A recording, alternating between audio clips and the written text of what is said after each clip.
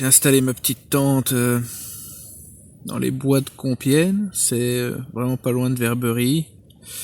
Et il fait beau et tout, donc je me suis dit, ça va être un petit bois peinard, où je vais bien dormir. Et, je sais pas, pendant la nuit le vent s'est élevé à fond de balle, et donc il a fait plus froid que prévu.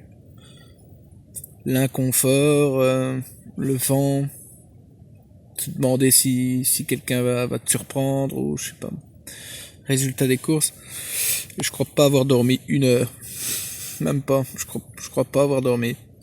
J'ai un petit mal de tête, alors qu'est-ce que je fais? Je me fais une petite soupe pour me réconforter. Pour ce qui est de la distance, j'avance vraiment bien. Je serai à Chartres le 18 sans problème. Et Paris, ça sera traversé en 2 temps 3 mouvements. Je reprends la route pour Verberie, donc c'est pas très loin. Il est 8h40 à peu près, je marche depuis une dizaine de minutes. Donc aujourd'hui je vais essayer de me rapprocher un max de 100 lices. Ça va me rapprocher de Paris.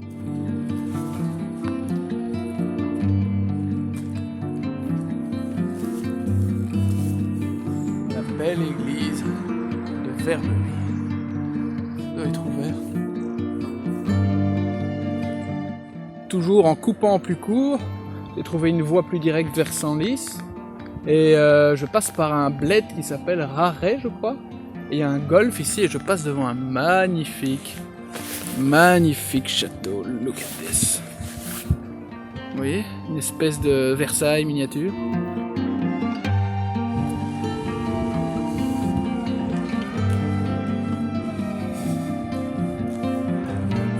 Je marche dans ce bled vraiment beau.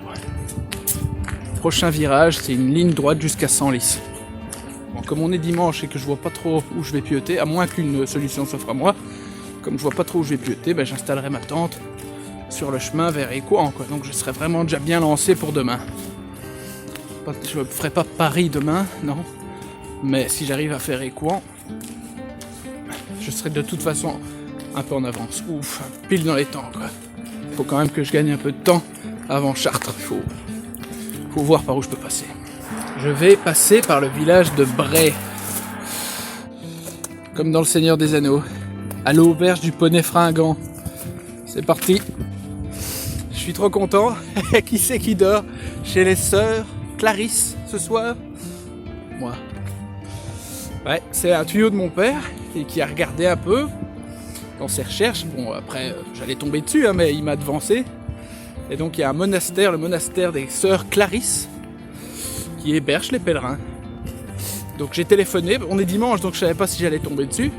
Et non, alors j'ai laissé un message. Et une sœur Anne m'a rappelé pour me dire qu'il n'y avait pas de problème, que je n'avais qu'à passer à l'office du tourisme, me faire tamponner ma crédentielle d'abord. Et puis que d'ici 2 heures, là, enfin un peu moins, 1h30, 2 heures, je pouvais me rendre au monastère. Franchement, la nuit dernière, j'ai pas fermé l'œil, alors je dis pas non à un lit, ou en tout cas quelque chose qui se rapproche d'un lit, parce que je n'ai pas dormi 1 heure hier. Je crois même pas avoir somnolé, quoi. C'était dur. Froid, mais c'est pas tant le froid pour le froid, c'était le froid et l'impact que ça avait sur mes genoux et mes chevilles. J'avais très très mal et je savais pas comment me mettre dans quelle position. Quand je passe des mauvaises nuits comme ça, je suis tellement au taquet le jour suivant que quelque part le mode survie s'active, quoi. Ça c'est pas négligeable non plus, donc je pense que c'est quand même intéressant de garder toujours la possibilité de dormir en tente quand c'est possible, quand on peut s'avancer, quand il y a ce qu'il faut, un bosquet, quand il y a vraiment moyen de souffrir un petit peu mais de faire les choses bien. Il faut pas que s'en remettre à la générosité des gens, parce que sinon c'est pas ça le challenge, quoi. C'est un mélange des deux. Générosité et débrouillardise, et c'est ça l'aventure, quoi. On sait jamais sur quel personnage haut en couleur on va tomber.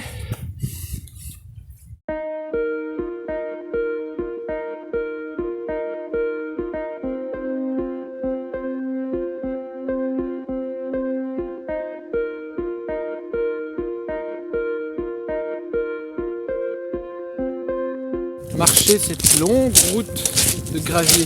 Elle est présentée comme une route, mais c'est pas une route. Enfin, on va voir. La dernière heure pour arriver à Senlis, elle est dure. Ils me font passer par une espèce de route qui n'existe pas encore, une espèce de chemin secret. Mal aux genoux. Ah ouais, les chevilles, les genoux. Et il faut pas oublier, la nuit dernière, j'ai pas dormi 1 heure.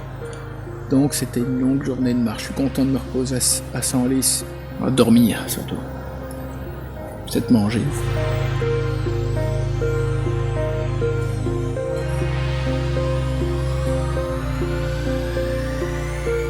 Voilà, je quitte Senlis, je quitte le monastère des Clarisses. Petite chambre toute propre, une douche. C'était chouette. Je m'attendais à un truc peut-être un peu plus pieux ou être logé dans un bâtiment un peu plus rustique mais non, c'était une aile tout à fait moderne de leur établissement. Et bien sûr, il y avait la chapelle à côté. J'ai hésité à genre aller à la messe de 9h, mais voilà. Je dois vraiment... Si j'avais eu plus le temps, je crois que j'aurais pris le temps peut-être même de visiter Senlis. Mais bon, c'est vrai que c'est pas du tourisme que je fais, c'est un challenge, c'est un trajet, et puis voilà, pour être sûr d'être là à Chartres le 18, je peux pas vraiment me permettre de gaspiller 1 heure ou l'autre. C'était une chouette expérience et j'ai laissé une petite note dans leur cahier, dans leur journal ou des pèlerins. Le dernier pèlerin qui est passé avant moi, il est passé le 19 décembre, c'est les Anglais. Alors, ici je suis sur une départementale, où les bagnoles roulent quand même assez vite, mais il y a de l'espace pour marcher quand même. Il y a de larges bandes. Et puis quand il n'y a pas de voiture, je marche sur le béton parce que ça va plus vite. Pour une fois, je m'y suis pris un peu à l'avance. Et j'ai téléphoné dès ce matin, il y a 1 heure, à l'office de tourisme d'Écouen. Parce que maintenant, je commence à être un peu rodé, à savoir quels sont les bons numéros, qui appeler. Et donc j'ai appelé l'office de tourisme d'Écouen. Et effectivement, à Écouen, des citoyens se sont proposés pour héberger les pèlerins. Une nuit entente, c'est potentiellement ne pas dormir. Donc, par le froid qu'il fait, avec les blessures que j'ai, les douleurs aux genoux et aux chevilles, surtout aux genoux, qui ne veulent pas vraiment s'en aller. Ça s'est calmé depuis quelques jours, mais voilà. Je me dis une 2e nuit au chaud, puis on verra. On verra si je fais un peu le warrior. Ça, c'est le souci quand on marche le long d'une départementale. Les bagnoles, le bruit, ça c'est très stressant, je trouve. Donc, mais voilà, donc je marche tranquille et je sais que j'ai déjà un toit sur ma tête ce soir. Alors, encore une fois, ça fait partie aussi de l'aventure de trouver des gens pour vous loger. Mais il faut garder en tête quand même le côté démerde.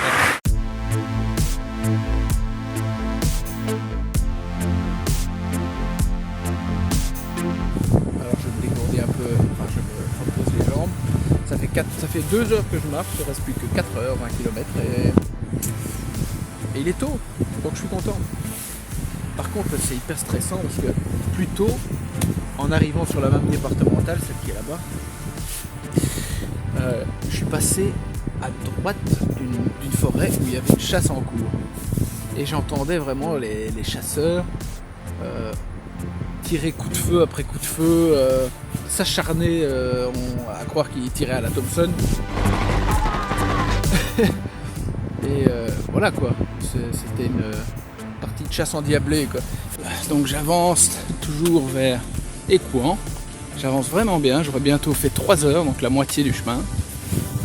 C'est joli ce truc là.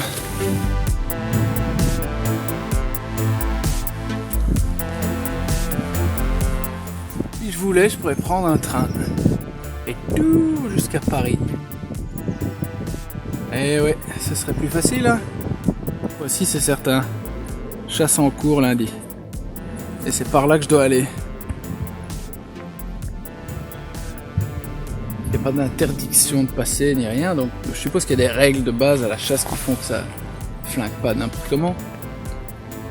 Le vent est très fort et froid, vraiment très froid. Alors c'est vraiment le parfait moment pour tester mon masque de ski.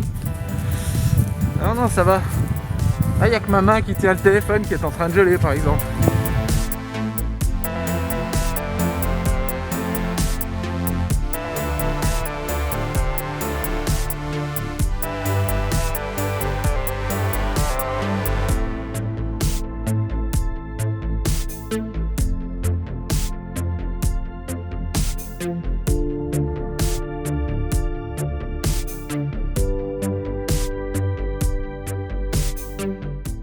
On passe à côté du Stade de France.